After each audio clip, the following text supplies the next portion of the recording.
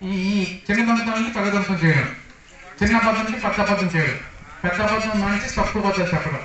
So మనం చేసే తప్పుడు పనులు కానీ, అనాగరిక పనులు కానీ, అసమాజిక పనులు కానీ, సమాజానికి నష్టం దుఃఖం కలిగించే పనులు కానీ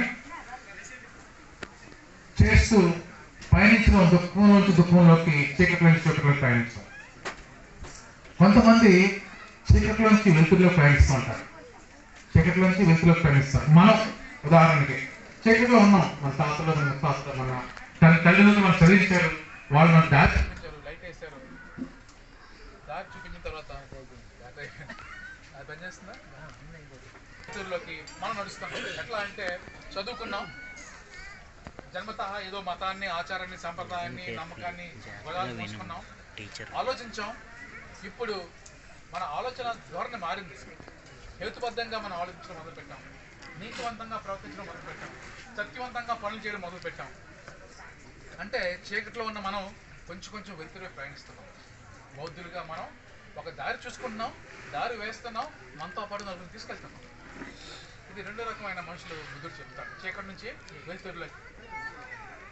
మూడో రకం మనుషులు ఎవరంటే వెలుతురు నుంచి చీకట్లోకి వెళ్తారు, వెలుతురు నుంచి చీకట్లు వెళ్తుంటారు. ఇప్పుడు మన మధ్య చాలా మేధావులు ఉన్నారు, ఐఏఎస్ ఉన్నారు, ఐపీఎస్ ఉన్నారు, డాక్టర్లు ఉన్నారు, ఇంజనీర్లు ఉన్నారు, పెద్ద పెద్ద హోదాలు ఉన్న పెద్ద పెద్ద మనుషులు, రాజకీయ నాయకులు ఉన్నారు. కానీ వాళ్ళ నమ్మకాలు మాత్రం చాలా మూర్ఖంగా, మూఢంగా, అనాగరికంగా, సనాతనంగా ఉంటాయి. అంటే హేతువుకు దూరంగా ఉంటాయి, ఆలోచనకు దూరంగా ఉంటాయి, 10 మందికి సంబంధించగా 10 మందికి మేలు చేసే వారికి దూరంగా ఉంటాయి. అలాగే నమ్మసక్యంగా ఉండవు, మోసం పూర్తిగా ఉంటాయి. చదువుకున్నవారు వాళ్లే మతాన్ని, కులాన్ని ఇప్పుడు మోస్తున్నారు. అంటే వాళ్ళు చదువుకొని చీకట్లో ఉండి సమాజానికి వెలుతురు చూపించడం మానేసి ఏం చేస్తున్నారు, చీకట్లోకి వెళ్తున్నారు, చీకటి చూపిస్తున్నారు, కులాన్ని, మతాన్ని, దేశాన్ని చింపుతున్నారు. మనం చూస్తున్నాం మన చుట్టూ, సోషల్ మీడియాలో కానీ మన మధ్య కానీ మా మతం గొప్పది, మా కులం గొప్పది అని చేసేవాళ్ళు చదువుకున్న వాళ్ళు వీళ్ళు వెలుతురు నుంచి చీకట్లోకి వెళ్ళే ఈ రకం. 4వ రకం ఎవరంటే వెలుతురు నుంచి వెలుతురులోకి వెళ్తారు. అంటే అర్హంతులు, దిక్కులు, చదువుకున్న ఉపాసకులు కాస్త జ్ఞానవంతులైన తర్వాత 10 మందికి జ్ఞానాన్ని పంచడం, 10 మందికి జ్ఞానాన్ని పంచడం, మనం జ్ఞానవంతులు అవడం.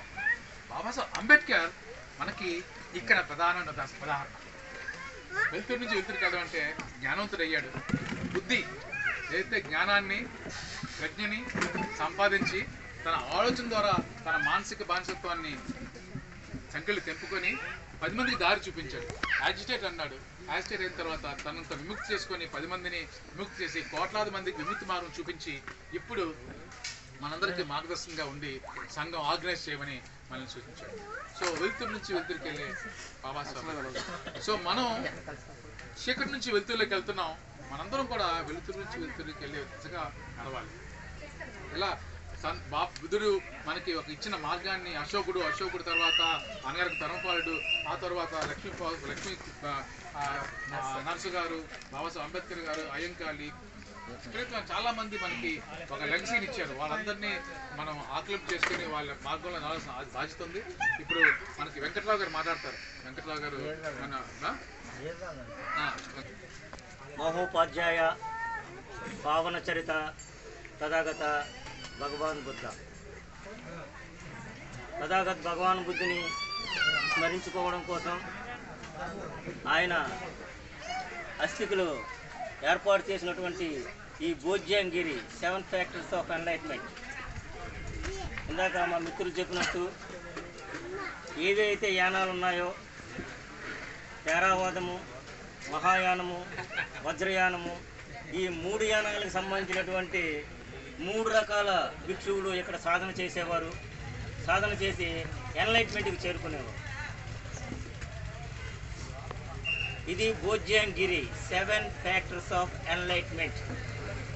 ఇది అంటే బుద్ధుని విగ్రహం ఉంది, కామన్ మ్యాన్కి అర్థం కావాలి అని బుద్ధుని కొండ అని చెప్పొచ్చు. లేకపోతే దీన్ని మార్పు చెందడం కోసం, దీన్ని ఇంకో విధంగా వాడుకోవడం కోసం బొజ్జన్న కొండ అని చెప్పొచ్చు. ఆ పక్కన ఉన్నటువంటి చైత్యాలని లింగాల కొండ అని చెప్పొచ్చు. కానీ అది చైత్యగిరి. అయితే భగవాన్ బుద్ధుని బోధనలో మూలం దుఃఖం ఉంది, దుఃఖానికి కారణం ఉంది, దుఃఖ నిరోధం ఉంది, దుఃఖ నిరోధ మార్గం ఉంది అని భగవానుడు బోధించాడు. అదే అంశాన్ని సామ్రాట్ అశోకుల వారు, ఆ తర్వాత వచ్చినటువంటి డైరెక్ట్గా చెప్పుకోకపోయినా మహాత్మా పూలే గారు కూడా బౌద్ధాన్ని అనుసరించారు.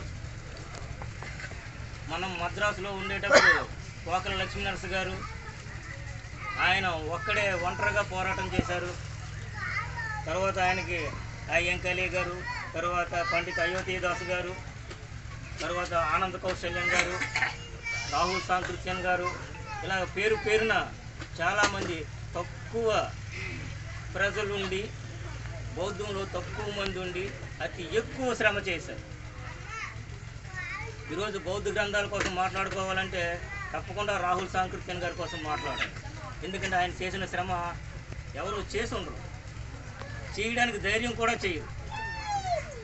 అలాగే పూజ్య బాబాసాహెబ్ బోధిసత్వ అంబేద్కర్ గారు నా ప్రజలు ఈ రథాన్ని ముందుకు తీసుకెళ్తారు అని చెప్తే దాంట్లో మనం నిజాన్ని అంగీకరించడానికి ఫెయిల్ అయ్యామని చెప్పాలి.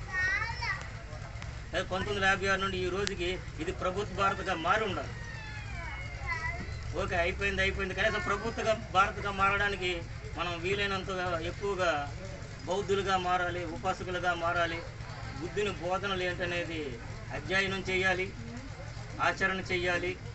దాన్నే జ్ఞానంకి సంబంధించి శృతమయ ప్రజ్ఞ, చింతనమయ ప్రజ్ఞ, భావనామయ ప్రజ్ఞ అని చెప్తూ ఇవి కాకుండా లౌకిక ప్రజ్ఞ, అలౌకిక ప్రజ్ఞ. ఇందాక మా సహోదరుడు డాక్టర్ గారు చెప్పారు అరహంత భిక్షువులని. అరహంత భిక్షువులకి 2 రకాల ప్రజ్ఞ ఉంటుంది, లౌకిక ప్రజ్ఞ, అలౌకిక ప్రజ్ఞ. అలౌకిక ప్రజ్ఞ ఏంటంటే దుఃఖ నిర్మూలన చేసుకోవడం. దుఃఖ నిర్మూలన చేసుకోవడం అంటే గిలితే కొడితే అది దుఃఖ నిర్మూలన కాదు, మనసులో ఉన్నటువంటి భావాలని మార్పు చేసుకోండి. ఇందాక గురువు గారు చెప్పారు సబ్బ పాపస్ అకరణం కుశలస్స ఉపసంపద సచిత్త పరియోధపనం ధ్యాతం బుద్ధానుశాసనం. ఏ పాపము చేయకుండా ఉండడం, మంచి పనులను మళ్ళీ చేయడం, మనసుని పరిశుద్ధంగా ఉంచుకోవడం, ఇదే బుద్ధుల బోధన. బుద్ధుని బోధన కాదు, బుద్ధుల బోధన. బుద్ధుల బోధన అయితే మన మధ్య ఉన్నటువంటి ఇదేంటంటే ముఖ్యంగా బౌద్ధాన్ని అర్థం చేసుకోవడానికి పటిచ్చ సముత్పాదాన్ని అర్థం చేసుకోవాలి. బుద్ధుడు అంటే ఏమీ ఒరిగేది లేదు.